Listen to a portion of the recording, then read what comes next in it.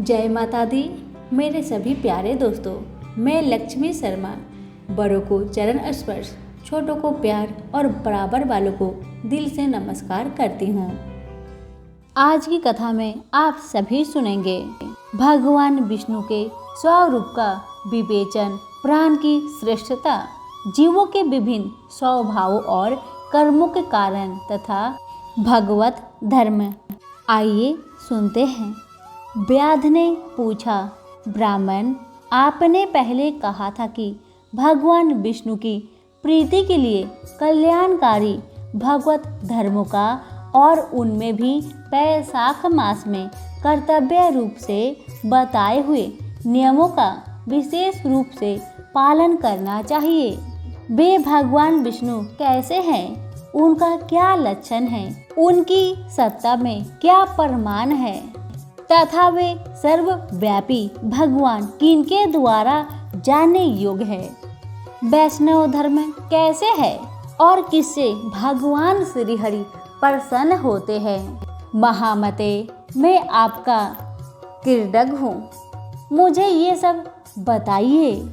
व्याध के इस प्रकार पूछने पर सडख ने रोग शोक के रहित संपूर्ण जगत के स्वामी भगवान नारायण को प्रणाम करके कहा, व्याध, भगवान विष्णु का स्वरूप कैसा है यह सुनो। भगवान समस्त शक्तियों के अक्षय संपन्न गुणों की निधि तथा सबके ईश्वर बताए गए हैं। वे निर्गुण, निष्कल तथा अनंत है। सतचित और आनंद यही उनका स्वरूप है। यह जो अखिल चराचर जगत है अपने आधीश्वर और अक्षय के साथ नियत रूप से जिसके बस में स्थित है, जिससे इसकी उत्पत्ति, पालन, संहार, पुनरावृत्ति तथा नियमन आदि होते हैं। प्रकाश, बंधन, मोक्ष और जीविका, इन सब की प्रवृत्ति जहाँ से होती है वे ही ब्रह्मा नाम से प्रसिद्ध भगवान विष्णु है। वे ही विद्वानों के सामान्य सर्वव्यापी परमेश्वर है। ज्ञानी पुरुषों ने उन्हीं को साक्षात पर ब्रह्मा कहा है। वेद, शास्त्र, स्मृति, पुराण, इतिहास, पंचारात और महाभारत सब विष्णु रूप है, विष्णु के ही प्रतिपादक है। इन्हीं के द्वारा महाविष्णु जाने योग्य है। वेद वेद सनातन देव भगवान नारायण को कोई इंद्रियों से, अनुमान से और तर्क से भी नहीं जाना जा सकता है। उन्हीं के दिव्य जन्म, कर्म तथा गुणों की अपनी बुद्धि के अनुसार जानकर उनके अधीन रहने वाले जीव समूह सदा मुक्त होते हैं। यह संपूर्ण जगत प्राण से उत्पन्न हुआ है, प्राण स्वरूप है, प्राण रूपी सूत्रों में पिरोया हुआ है तथा प्राण से ही चेष्टा करता है। सबका आधारभूत यह सूत्र आत्मा प्राण ही विष्णु है, ऐसा विद्वान पुरुष कहते हैं। व्याध ने पूछा, ब्राह्मण, जीवों में यह सूत्र आत्मा प्राण सबसे श्रेष्ठ किस प्रकार है? सडख ने कहा, व्याध, पूर्व काल में सनातन देव भगवान नारायण ने ब्रह्मा आदि देवताओं की सृष्टि करके कहा, देवताओं, मैं तुम्हारे सम्राट के पद पर ब्रह्मा जी की स्थापना करता हूँ। यही तुम सबके स्वामी है। अब तुम लोगों में जो सबसे अधिक शक्तिशाली हो उसे तुम स्वयं ही युवराज के पद पर प्रतिष्ठित करो।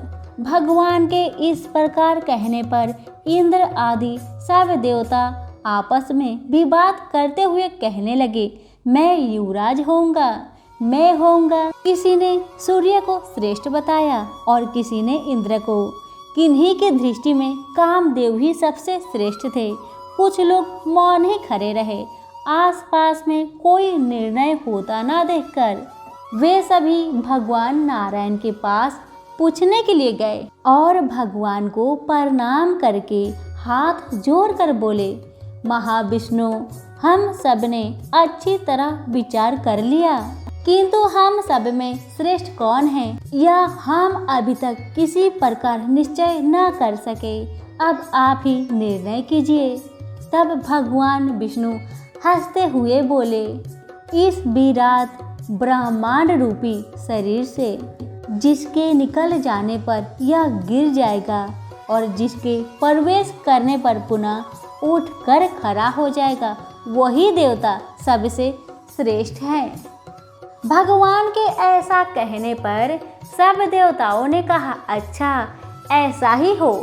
तब सबने पहले देव स्वर जयंत विराट शरीर के पैर से बाहर निकाला।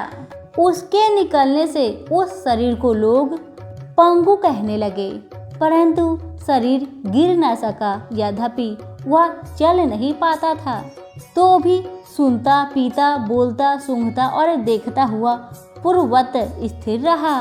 तत्पश्चात क्रुहा देश से दक्ष प्रजापति निकलकर अलग हो गए। तब लोगों ने उसे नपुंसक कहा, किंतु उस समय भी वह शरीर न गिर सका। उसके बाद विराट शरीर के हाथ से सब देवताओं के राजा इंद्र बाहर निकले। उस समय भी शरीर पात नहीं हुआ। विराट पुरुष को सब लोग हस्तहीन कहने लगे। इसी प्रकार नेत्रों से सूर्य निकले। तब लोगों ने उसे अंधा और काना कहा। उस समय भी शरीर का पतन नहीं हुआ। तदंतर नासिका से अश्विन कुमार निकले, किंतु शरीर नहीं गिर सका। केवल इतना ही कहा जाने लगा, यह सूंघ नहीं सकता। कान से आदिशाष्ट देविया दिशाएं निकली। उस समय लोग उसे बंधीर कहने लगे, परंतु उसकी मृत्यु नहीं हुई। तत्पश्चात जिह्वा से वरुण देव निकले। तब लोगों ने यही कहा कि यह पुरुष रस का अनुभव नहीं कर सकता, किंतु देहपात नहीं हुआ। तदंतर वाक इंद्रियों से उसके स्वामी अग्निदेव निकले। उस समय उसे गूंगा कहा गया, किंतु शरीर नहीं गिरा। फिर अंत कारण से बोध स्वरूप रुद्र देवता अलग हो गए। उस दशा में लोगों ने उसे जड़ कहा, किंतु शरीर पात नहीं हुआ। सबने अंत में उस शरीर से प्राण निकाला। तब लोगों ने उसे मरा हुआ बताया। उससे देवताओं के मन में बड़ा विस्मय हुआ। वे बोले, हम लोगों में से जो भी इस शरीर में प्रवेश करके इसे पूर्ववत उठा देगा, जीवित कर देगा, वही युवराज होगा। ऐसी प्रतिज्ञा करके सब क्रमशः उस शरीर में प्रवेश करने लगे। जयंत ने पैरों में प्रवेश किया, किंतु वह शरीर नहीं उठा। प्रजापति दक्ष ने गुहा इंद्रियों में प्रवेश किया, फिर भी शरीर नहीं उठा। इंद्र ने हाथों में, सूर्य ने नेत्रों में, दिशाओं ने कानों में, वरुण देव ने जिह्वा में, अश्विन कुमार ने नासिका में, अग्नि ने वाक इंद्रियों में तथा रुद्र ने अंत कारण में प्रवेश किया, किंतु वह शरीर नहीं उठा। सबके अंत में प्राण ने प्रवेश किया। तब वह शरीर उठकर खड़ा हो गया। तब देवताओं ने प्राण को ही सब देवताओं में श्रेष्ठ निश्चित किया। बल, ज्ञान, धैर्य, वैराग्य और जीवन शक्ति में प्राण को ही सर्वाधिक मानकर देवताओं ने उनको युवराज पद पर अभिषिक्त किया। इस उत्कृष्ट स्थिति के कारण प्राण को उकथ्य कहा गया है। अतः समस्त चराचर जगत प्राण आत्मक है। प्राणहीन जगत का अस्तित्व नहीं है। प्राणहीन कोई भी वस्तु वृद्धि को नहीं प्राप्त होती। इस जगत में किसी भी प्राणहीन वस्तु की स्थिति नहीं है। इस कारण प्राण सब जीवों में श्रेष्ठ, सबका अंतर आत्मा और सर्वाधिक बलशाली सिद्ध हुआ। इसलिए प्राणोपासक प्राण को ही सर्वश्रेष्ठ कहते हैं। प्राण सर्वदेव आत्मक है। सब देवता प्राणमय है। वह भगवान वासुदेव का अनुगामी तथा सदा उसमें स्थित है। मनीषी पुरुष प्राण को महाविष्णु का बल बतलाते हैं। महाविष्णु के महात्म्य और लक्षण को इस प्रकार जानकर मनुष्य पूर्व बंधन का अनुसरण करने वाले अनामय लिंग को उसी प्रकार त्याग देता है जैसे सर्प पुराने केचुल को। लिंग देह का त्याग करके वह परम पुरुष अनामय भगवान नारायण को प्राप्त होता है। शंख मुनि की कही हुई यह बात सुनकर व्याध ने पूछा, ब्राह्मण, यह प्राण सब इतना महान प्रभावशाली और इस संपूर्ण जगत का गुरु एवं ईश्वर है, तब लोकों में इसकी महिमा क्यों नहीं प्रसिद्ध है? शंख ने कहा, पहले की बात है, प्राण अश्वमेघ यज्ञ द्वारा अनामय भगवान नारायण का यजन करने के लिए गंगा के तट पर प्रसन्नता पूर्वक गया।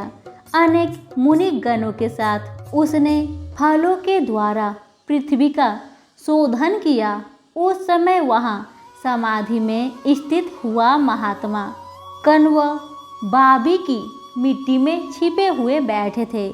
हल जोतने पर बाबी गिर जाने से वे बाहर निकल आए और क्रोध पूर्वक देखकर सामने खड़े हो गए।